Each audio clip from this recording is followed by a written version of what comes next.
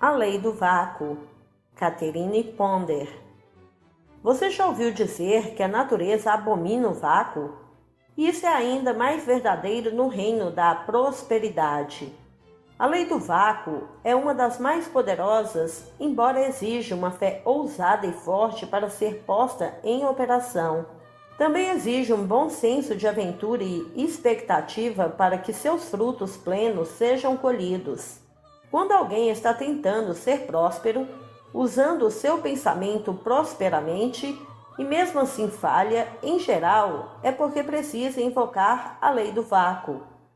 A lei do vácuo é esta: se você deseja um bem maior e uma maior prosperidade em sua vida, comece criando um vácuo para recebê-los.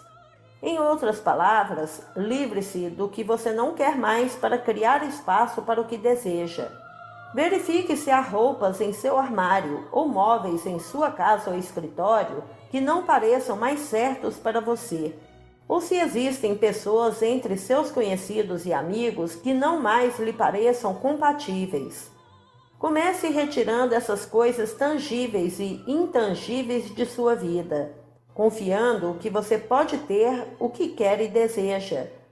Geralmente é difícil saber o que se quer até livrar-se do que não se quer. Deixe ir o menor. Você irá descobrir com suas experiências de vida que se o bem que você almejava não surge, isso acontece porque você precisa liberar e abrir mão de alguma coisa, a fim de criar espaço para o que virá. Se você deseja um bem maior em sua vida, do que está abrindo mão ou se livrando a fim de criar espaço para ele? A natureza abomina o vácuo, e quando você começa a retirar da sua vida aquilo que não quer, está criando espaço para o que deseja. Ao deixar ir o menor, cria espaço para o surgimento do bem maior. Recentemente, um casal usou a lei do vácuo ao decorar sua nova casa. Do antigo lar, eles levaram somente os móveis de que realmente gostavam e que sentiam serem apropriados ao novo ambiente. Sem medo, doaram grande parte da mobília antiga e deixaram espaços vazios na nova casa, visualizando-os sendo preenchidos com o tipo de mobília que queriam. Durante algum tempo, nada parecia estar acontecendo, mas eles continuaram persistindo em sua visão dos novos móveis, apropriados e bonitos. Então um dia, o marido, que trabalhava para uma grande empresa, foi colocado em um sistema de recompensa por méritos. Conforme ele produzia resultados prósperos para a empresa, seus pontos cresciam. Esses pontos podiam ser trocados por várias recompensas tangíveis, uma das quais mobília. Um executivo tentou vender sua casa por muitos meses, porque havia sido transferido para outro estado. Ele ouviu falar da lei do vácuo e percebeu que, embora desejasse vender sua casa havia meses, não havia feito nada para criar um vácuo que permitisse que o bem desejado pudesse se manifestar. Um dia, ele se sentou calmamente em seu estúdio, imaginando cada aposento da sua casa vazio. Imaginou também como a casa ficaria depois que fosse vendida e ele já tivesse se mudado de lá. Visualizou apenas o vazio por toda a parte. Então, tomou notas sobre a companhia que ele queria que fizesse a sua mudança, elaborando um plano mental detalhado, como se a casa já tivesse sido vendida. Dentro de alguns dias, apareceu um comprador que adorou a casa, dando-lhe um cheque de milhares de dólares pelo valor excedente da hipoteca e como um pagamento da entrada. Crie um vácuo para a saúde. Sempre que você ousar criar um vácuo, a substância do universo correrá para preenchê-lo. Isso se aplica aos planos espirituais, mentais e físicos da vida. Um executivo ficou muito doente, necessitando de cuidados médicos por semanas. Seu médico, um muito bom, fez tudo o que a medicina podia por ele. Contudo, nada parecia adiantar, e o homem ficava cada vez mais fraco. Seu corpo estava cheio de veneno e nada parecia conseguir dissolvê-lo. Uma noite, enquanto estava com febre alta e tossindo muito, o executivo lembrou-se da lei do vácuo e percebeu que ele provavelmente deveria liberar alguma coisa. Como sabia que a mente e as emoções exercem um efeito poderoso sobre o corpo, talvez houvesse alguma atitude mental ou sentimento que ele precisasse liberar. Então, o homem se acalmou e pediu à divina inteligência que revelasse o que ele precisava liberar. De repente, lembrou-se de uma pessoa contra quem ele tinha um grande rancor. Várias coisas indelicadas já haviam sido ditas a essa pessoa, e ele não medira esforços para feri-la. Revisou então os eventos acontecidos entre os dois, o que haviam causado ressentimento, e depois revisou o seu desejo de ferir essa pessoa. Pensando com cuidado sobre isso, percebeu que a outra pessoa podia nem saber que seus sentimentos tinham sido feridos por causa do que tinha acontecido, e que talvez não houvesse sequer razão para guardar ressentimentos. Nunca há. Deitado na cama com febre alta, ele começou a afirmar várias vezes: eu o perdoo total e completamente. Eu o libero, eu o deixo ir. No que me diz respeito, o incidente acontecido entre nós está terminado para sempre. Eu não desejo feri-lo, não lhe desejo mal algum. Eu sou livre e você é livre, e tudo está bem entre nós. Em pouco tempo, ele sentiu uma sensação de paz, quietude e liberação. Pela primeira vez, em muitas noites, ele dormiu tranquilamente. Na manhã seguinte, a febre tinha ido embora. E o médico declarou que o veneno tinha saído como por milagre, do dia para a noite, do corpo dele. Finalmente, o executivo estava a caminho da recuperação. Por meio do perdão, esse homem criou o vácuo necessário para que uma nova vida pudesse restaurar seu corpo à saúde, a sua mente à paz. O perdão é a resposta. Muita gente tem medo da palavra perdão, pensando que ela significa que eles devem fazer algo desagradável e dramático. No entanto, a palavra só significa perdoar, para doar, ou seja, significa abandonar velhas ideias, sentimentos ou condições e colocar algo novo em seu lugar. O processo de perdoar forma o vácuo e abre caminho para o novo bem aparecer.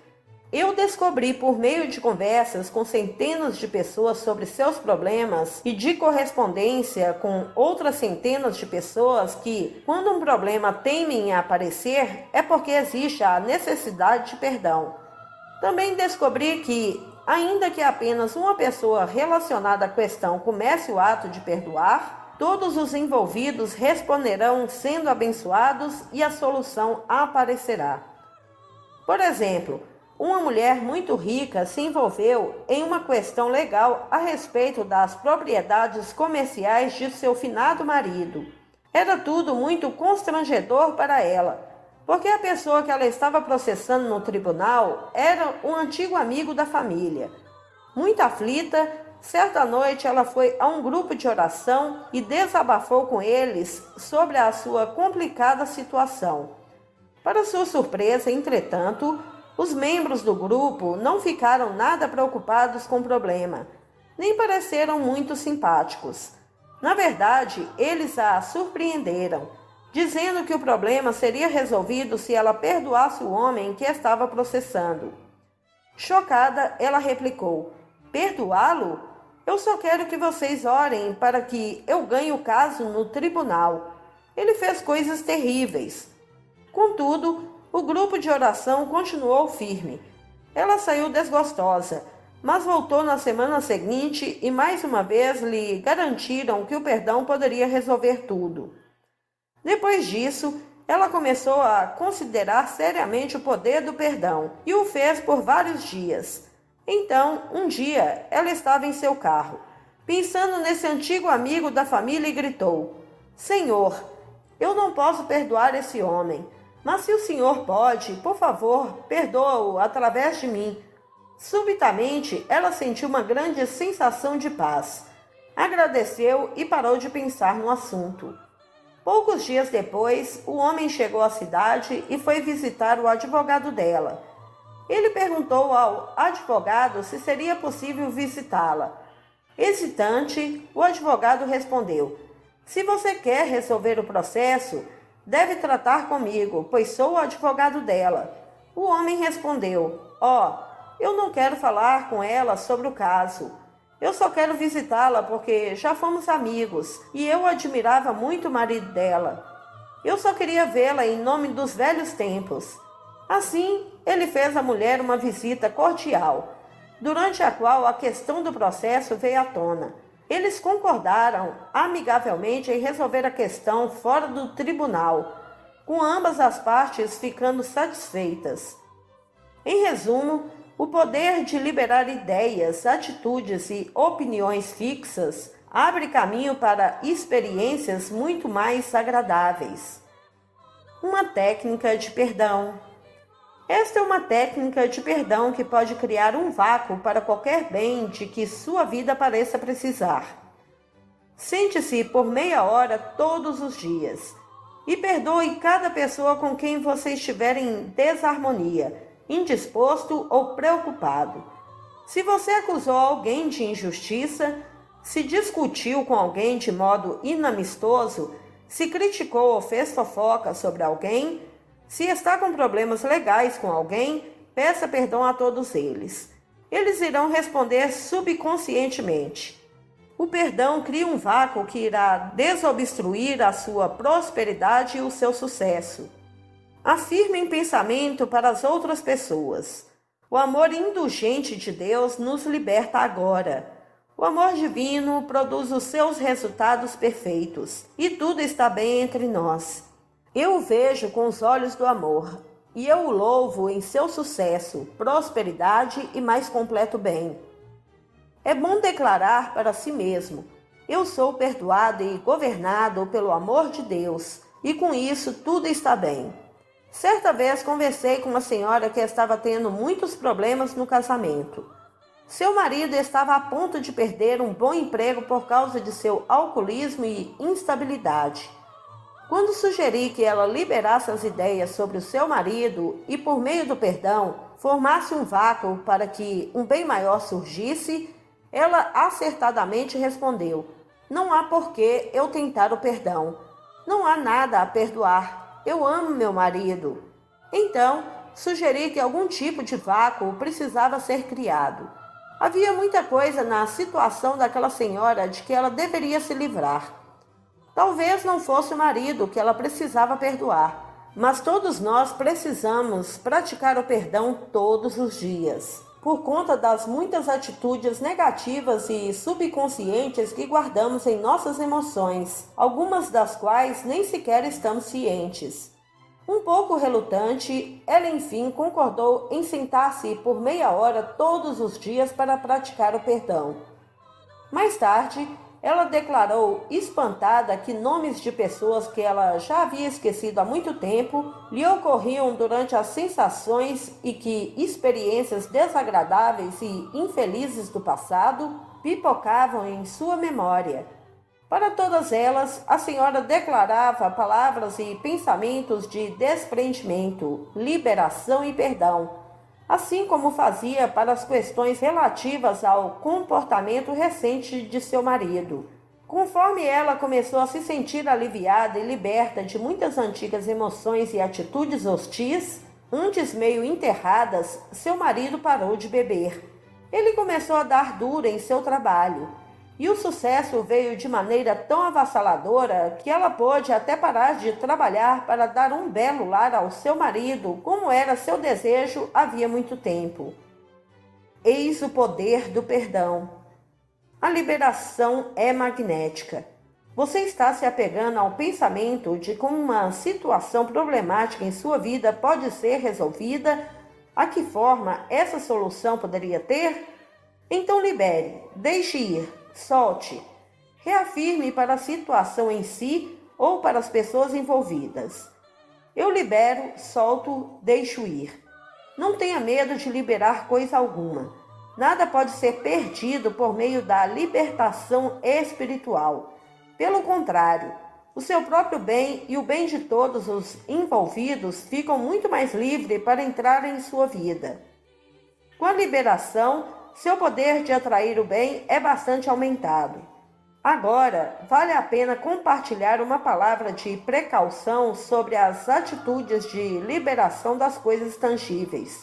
Certa ocasião, eu me senti inspirada a liberar todas as minhas roupas, dando a maioria delas para minha irmã. As roupas estavam em perfeito estado, mas eu estava cansada delas. Como nenhuma roupa nova havia surgido, pensei que, se eu liberasse as antigas, estaria criando espaço para as novas. Depois de colocar as roupas no correio para minha irmã, fiquei feliz e ansiosa pelas novas que com certeza iriam se manifestar. Contudo, durante várias semanas não aconteceu nada. Finalmente, percebi que ainda estava me apegando às roupas que havia mandado para ela, pensando, por exemplo, se eu ainda tivesse aquele vestido que mandei para ela, eu o usaria hoje. Então, foi preciso que eu soltasse mais uma vez que eu pensava já ter liberado. Eu repassei em pensamento cada item que havia mandado para ela, declarando para cada peça: eu libero você total e completamente. Eu a deixo ir e a libero. No que me diz respeito, você cumpriu seu propósito em meu guarda-roupa, e eu não preciso mais de você. Eu e você estamos onde deveríamos estar. Daí para frente, apareceram novas roupas, e muito rapidamente. Era como se uma influência magnética estivesse trabalhando para mim.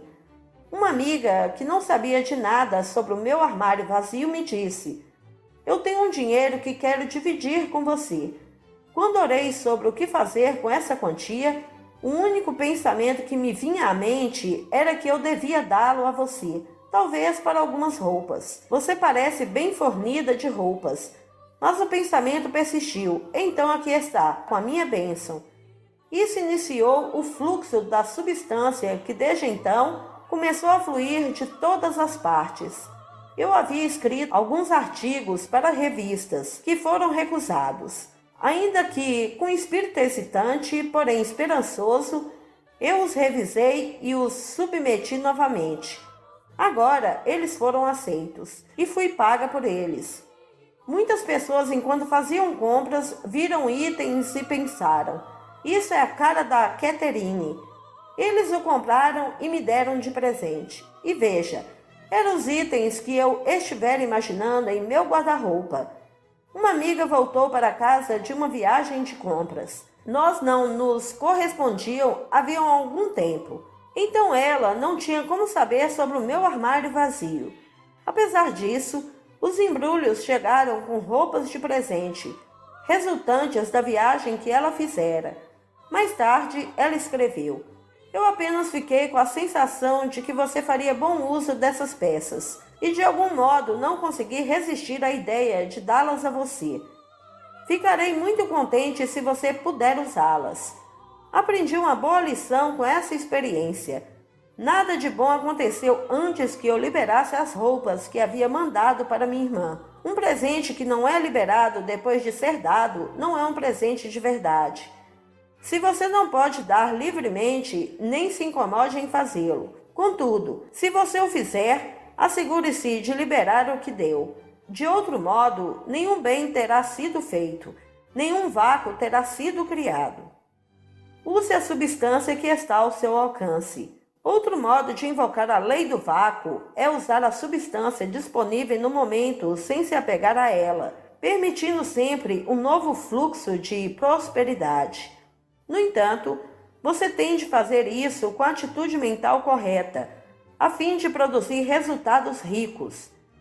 Quando parece não haver prosperidade suficiente ao seu alcance para satisfazer as necessidades do momento, ou quando você parece estar bloqueado em seu caminho rumo a uma maior prosperidade, você deve assumir o controle da situação, de seus pensamentos e sentimentos, em vez de sentir-se desesperançado, indefeso ou com pena de si mesmo.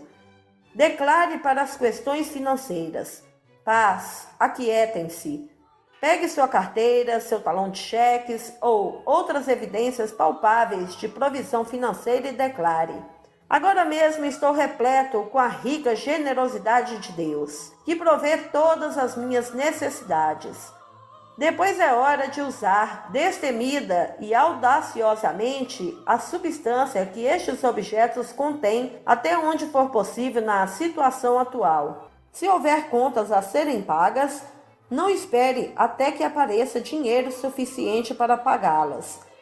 Adiante-se com fé e pague todas as contas que puder. Essa atitude significa pegar a substância que está à mão e enviá-la ao universo, para que ela enfim possa se multiplicar.